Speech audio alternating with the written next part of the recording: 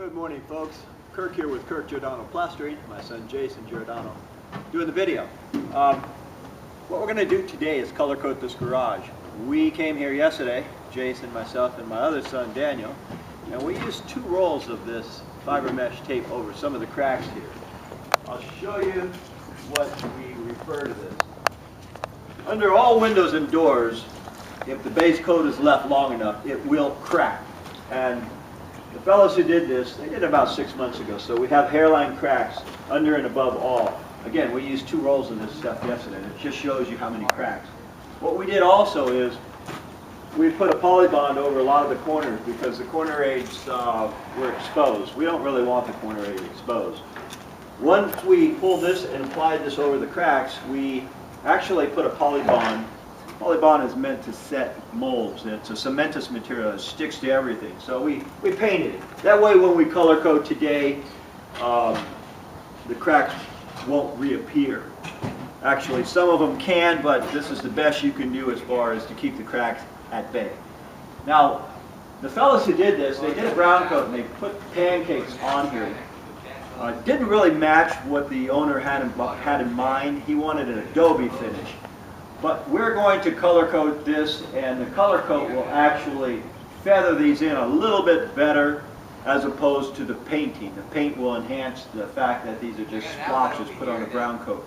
If you could kind of turn and look at the house here, there, Jason.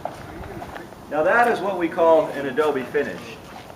The adobe finish is what he was trying to match, but they came close. Anyhow, you'll see us doing the color code on this.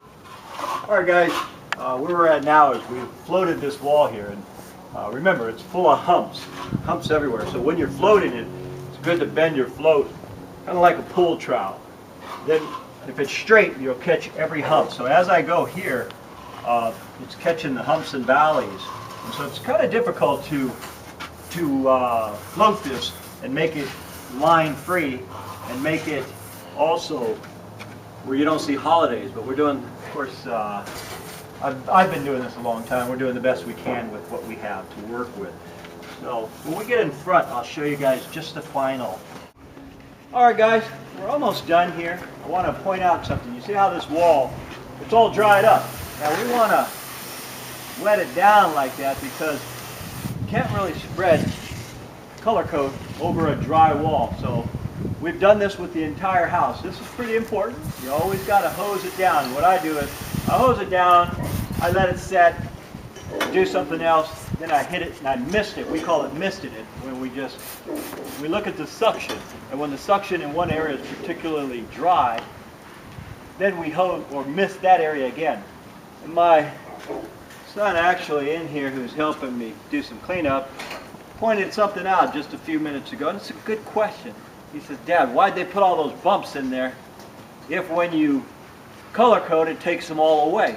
Now, you can see these large patterns in the stucco here. You don't really see them right here. The fact is, they're still there. But when you look at it when it all dries, they're going to be much more pronounced. So these humps that are all over covered will still be here. They just won't be as significant as over there because we're adding stucco color to it. Anyway, get a good shot of that gable. Perhaps you can see more of the humps in there. It's more adobe now, and anyway, that's kind of what he was looking for. Okay, we're gonna get cleaned up and get out of here. Again, this is Kirk with Kirk Giordano Plastering.